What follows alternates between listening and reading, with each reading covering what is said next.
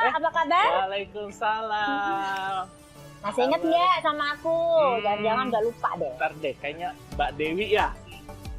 Oh, bukan ya? Keterlaluan kalau deh gitu, dirimu. Risa kali. Aduh, bukan. Nah, itu nama-nama mantan soalnya. Astaga Nabi. Oh iya, Mbak Tanti. Bener kan Apa ya? kabar Bang Riko, sehat? Alhamdulillah. Aku kangen sehat. nih, udah lama gak ketemu Bang Riko. Iya. Dengar-dengar udah buka kafe, ya udah aku mampir sebentar. Iya nih, kesini. ditungguin teman-teman kesini kok. Iya. Pada belum muncul nih, akhirnya muncul juga. Iya. Ayo Bang, kita ngobrol di mana ya? Akhirnya Enak saya di ngajak sini. dong yang ke situ. ayo, silakan yuk. Aduh.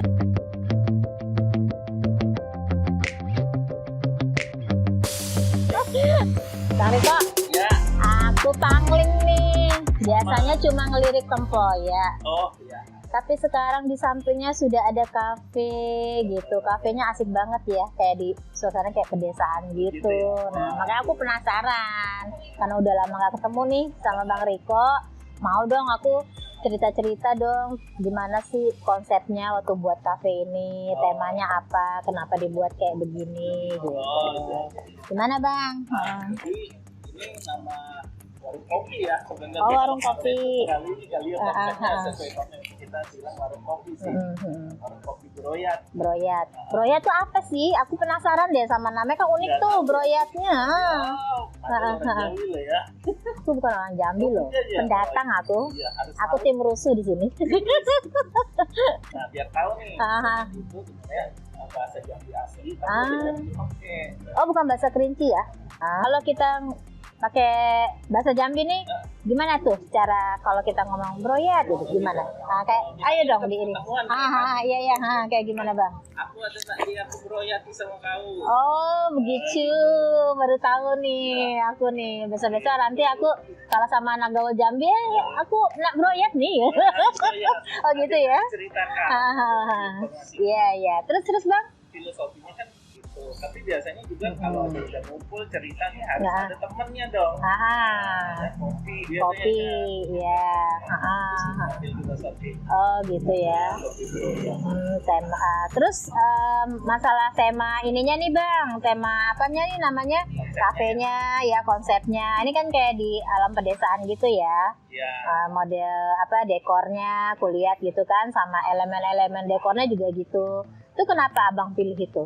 Makanya itu mumpung di tengah kota. Jadi kita cari yang unik kan. Oh gitu. Maksudnya kita udah ngeliat kira-kira konsep apa ya yang belum orang gunain untuk kafe atau mungkin kedai kopinya. Udah kebayang sih kalau misalnya dulu tuh kalau saya pengen buka kedai kopi atau warung makan biasanya yang ada unsur kedaerahannya Unsur budaya lokal gitu ya. makanya waktu dibuka ya udah sekalian aja gitu konsep. Ini ukuran berapa kali berapa nih Bang total? Kalau ukurannya Sekitar berapa? 10 ya kali ya. 10 kali 15 ada. Oh manjang ya sampai ke belakang ya. Tadi aku sempat ini juga sih sholat di belakang kan, sholat ya clean. Aku seneng tuh di tengah tuh ada ininya ya, ada ruang terbukanya, ruang terbuka hijaunya. Keren. Semain bola ya, semain hujan-hujanan. Bisa pengembangan di situ kan. Sial, keren. Bang, aku mau tanya nih, kan aku lihat nih banyak elemen-elemen dekor ya di sini. Gimana sih Abang kok bisa dapetin hunting gitu tuh nih, dari mana aja nih? Aku lihat tuh di situ ada tungku ya. Ada lesung juga. Terus apa? Ini kan buat nangkep ikan ya? Iya. Kalau di Jambi ambung ya, ambung. Terus aku lihat juga koleksinya tuh ada macam-macam jenis ambung juga gitu ya. Kalian kerupuk zaman jadul tuh ada juga gitu. Itu lesung ya Bang ya? Lesung. Nah, aku pertama kali tuh yang eye-catching itu ini. Aku jadi ingat gilas di rumah. Iya, nyuci ya. Ntar aku pinjem ya, kalau mesin cuciku rusak. Nah ini gimana Bang waktu pemilihan? Masih googling lah ya. Googling. Udah kita di kita lihat apa ya yang cocok budaya kita. Itu aja yang pertama budaya Jambi dulu. Iya. Kayak saya banyak kantor itu ke daerah kayak paling dekat sih sebenarnya Muara Jambi. sana kan masih banyak rumah kayu gitu ya, rumah panggung. Ya, rumah panggung. Lihat kondisi panggungnya gimana. Banyak properti ternyata yang mereka nggak gunain lagi. Oh gitu ya, hunting ya. Oh gitu ya. Itu ngerampok atau apa tuh bang? Aku mau dong ikutan ngerampok. Seru juga. Kayak misalnya yang anglo itu. Anglo, itu sebenarnya masih dipakai masak sama ibunya. Oh, jadi abang maksa dong? Enggak ya? Setengah maksa sih. Dia senang juga. Boleh aja ngangkut tapi ganti yang baru. Oh gitu ya? Ganti kompor gas yang baru. Yang baru. Lama saya angkut. Oh gitu. Beda kan kalau bekas pakai. Nah ini apa nih alasan abang nih milih meja pakai papan penggilesan? Ini sempat putar otak juga sih nyari konsep apa ya yang cocok buat meja gitu. Akhirnya ketemulah kayaknya lucu nih kalau misalnya tempat di papan cucian ya kita sekarang tuh di jalan. Iya. Karena kan mungkin nggak tahu yang kayak gitu. Iya. Makanya ini mah zaman umuran kita ya. Iya. Jadi kayaknya udah bisa dikonsepin lah, masih oke lah untuk tempat meja gitu aja sih. Nah, terus aku lihat juga di sudut situ tuh bang, kayak ada gilingan ya? Ya, gilingan kopi. Gilingan kopi ya. Nah itu tuh abang hunting tuh dapetnya dari mana tuh bang? Nah itu ini juga sih online shop juga. Jadi memang ada beberapa toko barang antik kita lihat-lihat.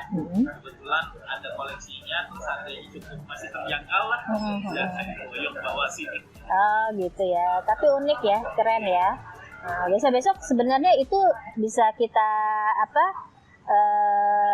buat modif tuh bang. Oh, dibikin apa?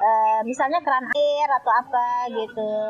Bisa tuh. Nanti tinggal ini aja.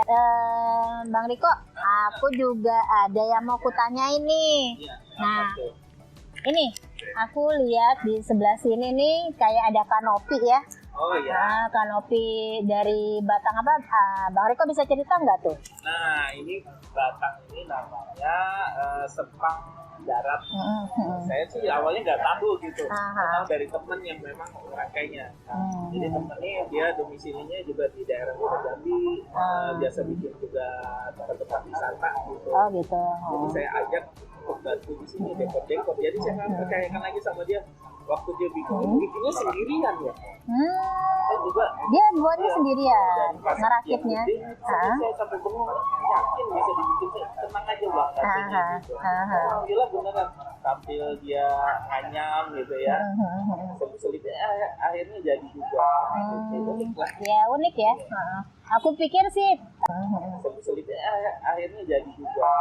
Unik lah. Ya unik ya. Aku pikir sih seperti kayak anggur tua gitu, batang anggur tua, iya, yang udah anggurnya udah nggak ini lagi lah gitu kan. Jadi salah satu ini juga ya di sini ya, point of interest gitu ya. Nah aku juga lihat nih di luar ya, eksteriornya, aku juga lihat di situ ada mural tuh bang. Mural. Iya, itu cakep banget ya. Itu jadi spot ini juga tuh kayaknya ya. Spot untuk foto-foto ya, untuk selfie-selfie ya, Insta gitu ya. Kalau nggak selfie. Abang bisa cerita nggak kenapa sih mural itu kalau kita lihat di situ ada orang ngelesung tuh. Terus ini kopi ya? Iya. Nah itu kenapa abang bisa cerita nggak kenapa muralnya dibuat? Awalnya kan tembok kosong gitu kan. Iya. Biar bagus daripada dicat semua kan jelek tuh. Iya. Pikiran udah bikin mural. Kebetulan ada teman-teman yang pintar gambar. Juga kita cari literatur yang kira-kira menceritakan yang zaman dulu. Iya. Ini sambil era-era yang tahun 30-an 40-an gitu deh. Iya. Tapi jadi jadi salah satu keunikan juga gitu ya.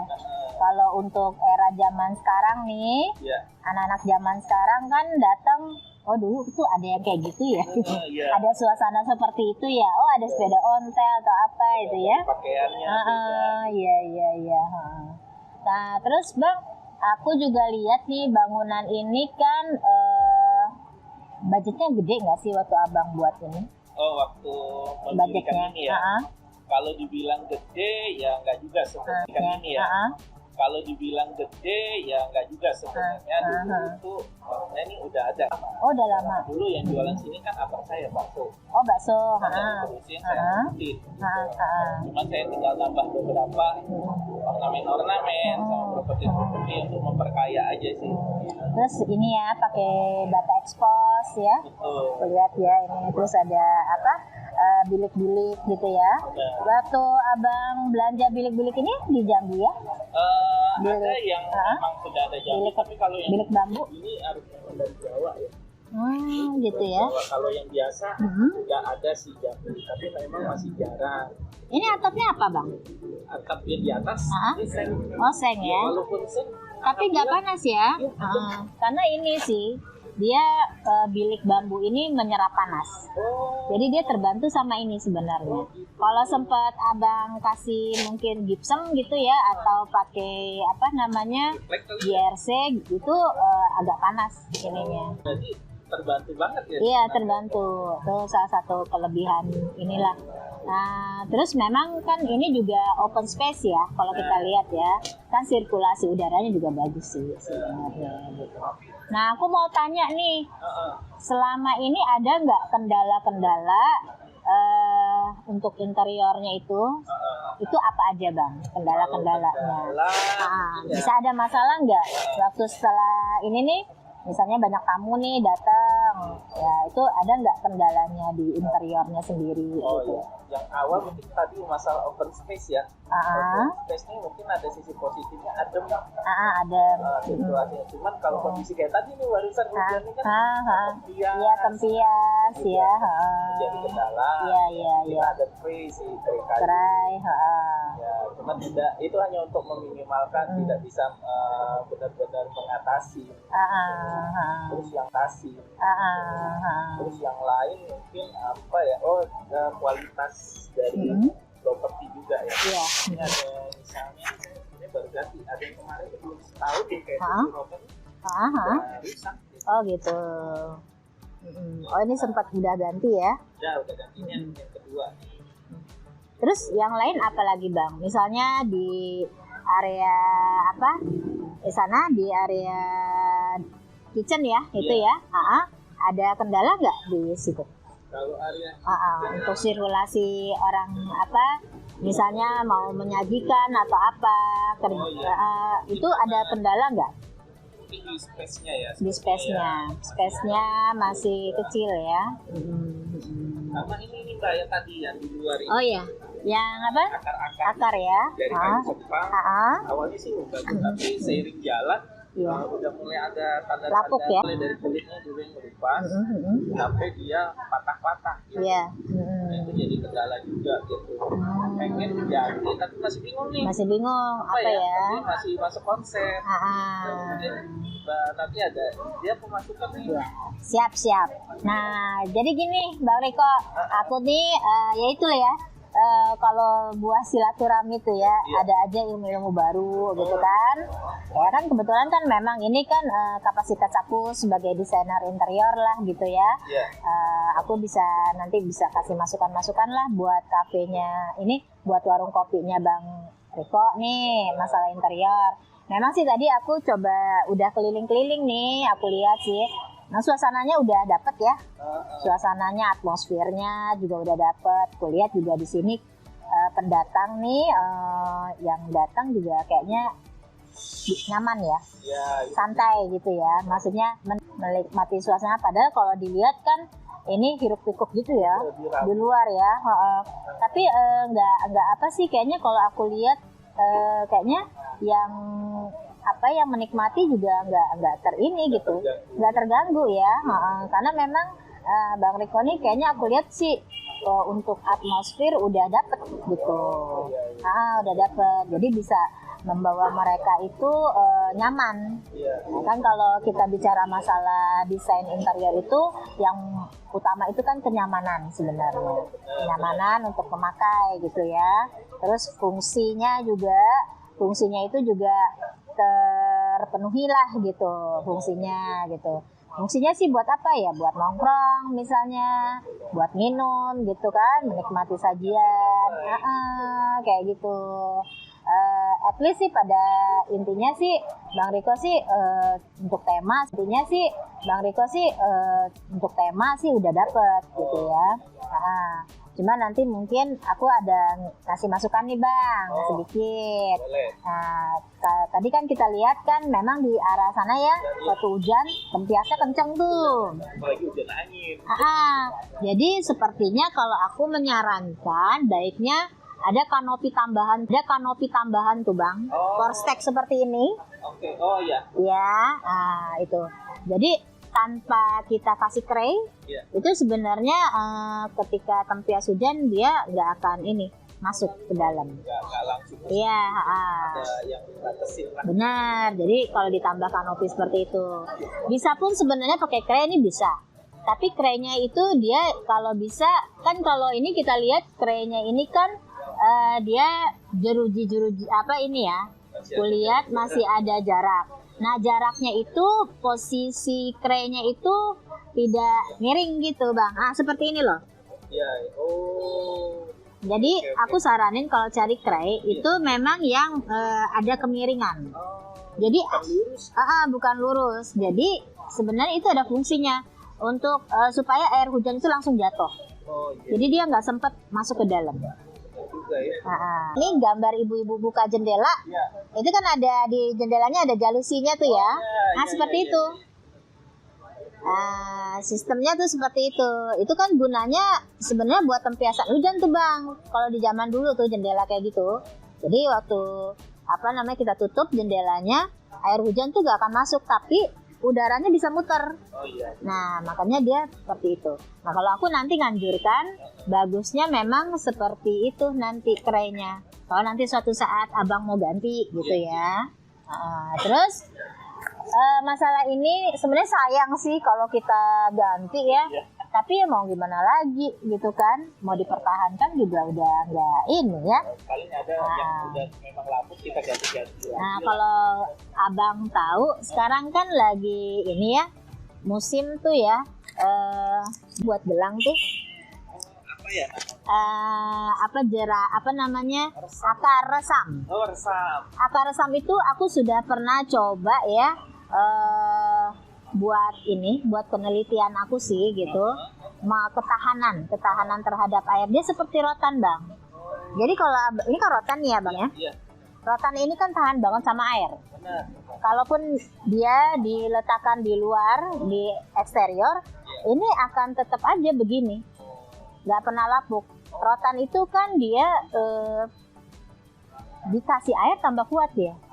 Iya, ini kalau rotan kelebihannya itu material ini. Nah, jadi seperti itu juga yang tadi akar meresam itu, itu juga gitu Bang. Jadi dia kita timpa air gitu kan, itu bertambah kuat dia. Kalau aku sih nganjurkan seperti itu nanti. Boleh deh, nanti kita apalagi itu juga resam kan banyak banget. Iya banyak, masih di Batanghari masih banyak tuh Bang. Terus itu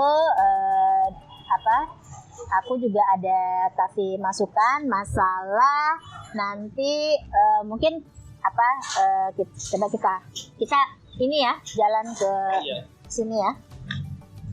Nah aku mau lihat dapur nih, kitchennya. Memang kitchen ini nanti kita bisa tata ulang aja sih Bang. Jadi layoutnya kita bisa tata ulang. Misalnya yang di area sini itu untuk saji gitu ya. Nanti yang di area sini itu nanti buat kasir di mana Bang? Kasir? Di sini. Nah ini. Nah iya, jadi kasirnya nanti ada space yang betul-betul memang kasir gitu. Jadi dia pada saat rame nih, itu nggak ada sirkulasi yang tabrakan. Pesen ya di sini, bayar di sini. Iya, Nah nanti kadang nggak terkontrol ya, kayak gitu. Apalagi pada saat kita pesen nih order, kalau sempat nanti ya pramusajinya nggak sempat datengin kita, pasti dia akan ke sini. dia kan nyamperin. Sebenarnya kalau mau masak harus di sini gitu. Oh gitu, ya. Benar juga kata Mbak tadi, memang harus dibedakan. Dibedakan. Iya, atau mungkin posisinya kita pindah nih kasirnya, mungkin posisinya, gitu. Kalau di belakang ini apa, Bang? Belakang kamar. Oh, kamar ya. Terus ada musola juga di belakang. Iya. Kalau lighting sih udah oke nih ya lightingnya. Nanti tinggal ditambah aja gitu kan lampu-lampunya supaya. Kondisi sekarang gimana nih? Udah pas atau kurang? Kondisinya sih udah oke. Udah main dekornya juga ini ya. Aku lihat kan ada lampu temploknya juga gitu ya. Itu sih udah oke. Nanti abang tinggal penambahan cahaya aja.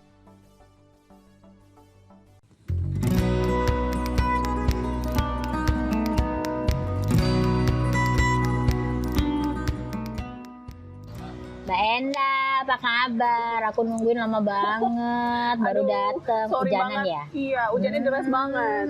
Gimana kabarmu? Baik, Mbak Tanti gimana kabarnya? Baik, alhamdulillah. Makin seger Mbak Tanti. Oh iya, habis mandi. Bukan. Ini asapnya. Kakakku. Apa emakku? Kenalin. Ini Mbak Enda. Nih ownernya Broya. Oh, halo. Kabar. Dengan Brenda, iya, berkabar baik. Dengan Mas Riko ya.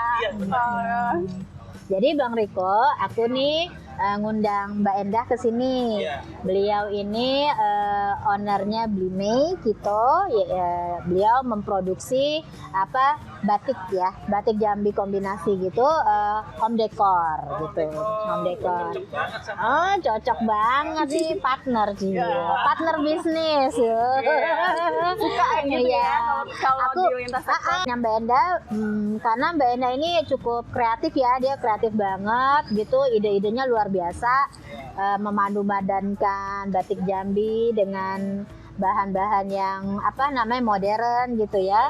Ya jadi aku tuh benar-benar exciting lah ketemu sama Mbak Endah gitu. Aduh, saya mau terbang nih rasanya nih. Terbang pakai ini. Nah, jadi kenapa Mbak Endah aku bawa ke sini? Karena aku lihat nih nuansa interiornya Bang Riko itu kayaknya matching dengan produknya Mbak Endah ini gitu. Nah, kita coba ngobrol-ngobrol sama Mbak Endah ya. Gimana Mbak Endah, cerita dong produk-produk. Jadi kalau produk Blimey Kito sendiri tuh macam-macam Mas Riko, Mbak Tanti. Kita produksinya itu pakai ngangkat batik Jambinya, tapi satu produk dua desain, jadi kayak bolak-balik. Jadi kalau beli ini cushion covernya cucok, kalau kita bilang cucok. Nah ini cucok. Nah ini cucok buat cucok. Nah kalau ini ada table runner untuk tapak meja. Terus ada placemat set juga untuk tatakan piring dan gelas ya. Jadi sebenarnya Blimey Kito tuh pengen ngangkat khasanah dari filosofi batik Jambinya itu. Keren kan? Tapi dipadu-padanin nih, ada modern tekstilnya juga gitu. Bolak-baliknya jadi dapat dua desain kalau misalnya beli produknya Blimey Kito gitu. Mak seneng banget nih beli satu gratis satu. Oh iya dong. Kalau Bang Riko beli satu gratis lusin. Iya kan? Nah, ini yang tadi aku bilang Bang Riko. Jadi untuk menambah eye-catching-nya tampilan interior warung kopinya Bang Riko nih, nanti bisa kita kasih sentuhan-sentuhan elemen dekor dari batik Jambi.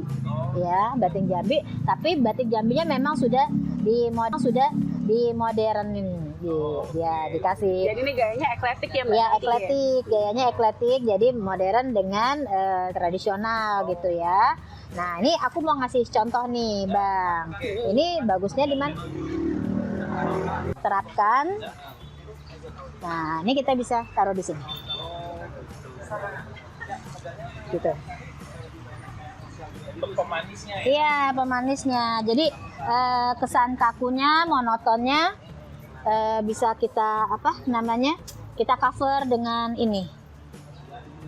Ini sebenarnya taplak meja ya, tapi kayaknya taplak mejanya bisa multifungsi gitu. Nah gini. Nggak harus dibungkus itu kan ya? Nggak harus. Jadi dia hanya buat ini aja sih, penambah pemanis, catching aja, buat ini aja, aksen. Nah dia bisa. Kalau memang kalau memang mau ini apa namanya agak lebih ekstrim lagi, biasanya kita julur ke bawah. Jadi terjuntai gitu ya, Mbak? Ya? Jadi terjuntai gitu. Ini. Kayak gitu. Mungkin ngadepinnya ke arah pintu masuk ya, Mbak? Iya. Ya, jadi kelihatan sama. Nah, iya. Nah, iya. Kan? Keren kan? Orang akan lihat ini, wow, ini bagian dari apa namanya? Salah satu aksen di sini gitu. Seperti itu. Nah, ada lagi aku mau tunjukkan. Nah, ini juga placemat. Nanti taplak meja juga, Bang. Nah, kita bisa taruh. Nah, ini bisa kita letakkan di sini. Ini begini juga bisa lurus macam-macam. Jadi nggak lurus ya? Iya. Jadi dimiringinnya juga bisa. Kayak gitu. Dan ini bisa bolak-balik Mas Riko. Nah, jadi kalau bosan tuh bisa dibalik. Ya, ini perpaduan dengan lurik juga nih. Jadi kalau bosan mejanya juga dibalik ya?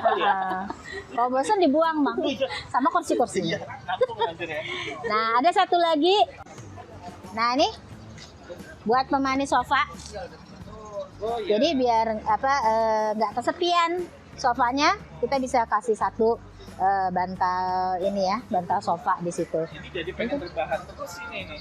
Nah, dan cantik kan gitu. ini seperti Jepang juga ada.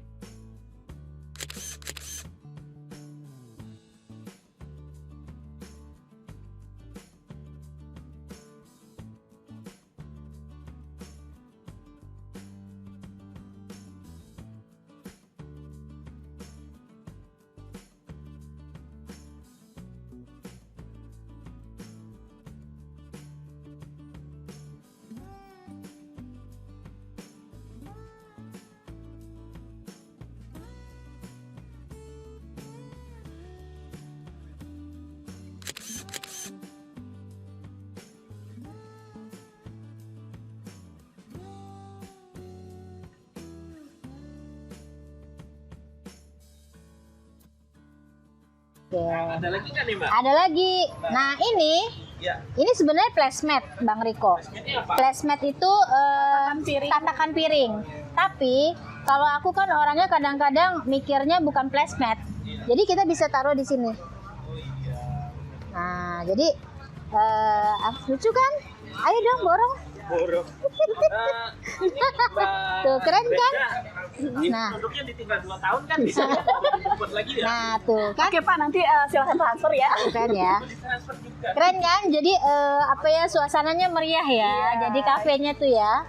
Nah, jadi lebih hidup ya suasananya ya. Nah, ini juga placemat bisa kita taruh di sini. Sama kayak tadi. Ya, sama kayak tadi. Ini mungkin miring situ deh. Miring ke situ. Oh ya. Oke. Kece. Ini gabungan motif apa nih? Batik Jambi sama ini motif apa nih? Batik Jambi sama ini batik Jambi sama Jepang kayaknya ya, ini, Bang. Jepang. Jadi dia bisa warna birunya tuh. Jadi kalau misalnya kita bosen nih sama nuansa papan penggilesannya ini, ya udah kita kasih inilah aksen sedikit kan di situ.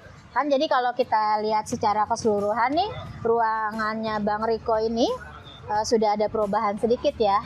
Karena memang Mbak Brenda ini untuk mengkombinasikan batik Jambi dengan bahan lain itu selalu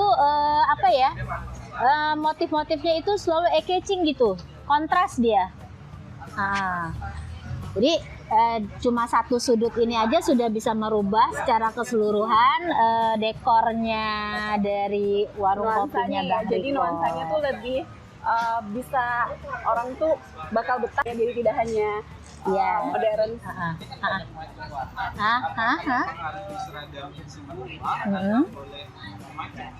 Bagusnya macam-macam Bang, tapi macam-macam itu juga harus digarisbawahi untuk apa namanya kita mengcombine warna-warnanya gitu. Jadi jangan sampai ya nabrak banget atau nggak nyambung gitu ya. Jadi sense of color itu juga harus punya gitu. Jadi dia ya Mbak Brenda ini ditinggalin ya 2 tahun ya sini ya. Kan dijemput lagi nggak apa-apa. Deal lah demi Mas Riko mah ya. Dilelang langsung gitu ya. Nanti harga jualnya langsung tinggi kalau ya. Udah pernah di mana? Pendatang yang datang kan naksir udah langsung sell. Iya. Sekarang kan zamannya endorse. Endorse mengendorse. Iya. Ya, jadi gini Bang Riko, gimana tadi masukan-masukan dari aku juga ditambah juga sama elemen dekor dari produknya Mbak Endah. Gimana kesannya Bang Riko? Ini enggak apa? Kira-kira masuk nggak sama Bang Riko gitu? Kira-kira untuk diterapkan di sini gimana? Suka nggak? Cocok banget ya. Jadi lebih memperkaya budaya lokal kita juga. Ini bisa kita combine karena tetap ada juga unsur budayanya ya. Iya, unsur budaya. Iya, betul. Ini juga supaya pengunjung juga bisa belajar kan secara nggak langsung. Iya, betul. Nanti bisa juga misalnya di tadi nih seperti ini kan, nanti bisa Bang Riko tambah caption. Ini pola batik apa misalnya, angso duo atau apa. Jadi sekalian edukasi ya. Edukasi sekalian jadi bercerita gitu. Jadi mereka yang datang paham gitu kan. Oh ternyata filosofi motif ini loh gitu kan. Jadi mengedukasi juga. Gitu. Sebenarnya kalau boleh tambahin di Instagram media sosial Blaini kita juga turut mengedukasi Mbak Tati. Nah, jadi ada bukunya yang dicetak itu juga Mas Riko ya yang tentang batik Jambi, bawa angkat filosofi. Kita tuh coba bantu juga deliver ke customer kita dan mereka ternyata pada excited, pada suka ya. Karena saya budi pekerti luhur dari leluhur kita dari kayak ini kan batik ngeram nih, merak ngeram. Itu kan benar-benar filosofinya juga bagus sekali. Yang sebaliknya Mas Riko. Nah ya itu, yang merah itu merak ngeram gitu.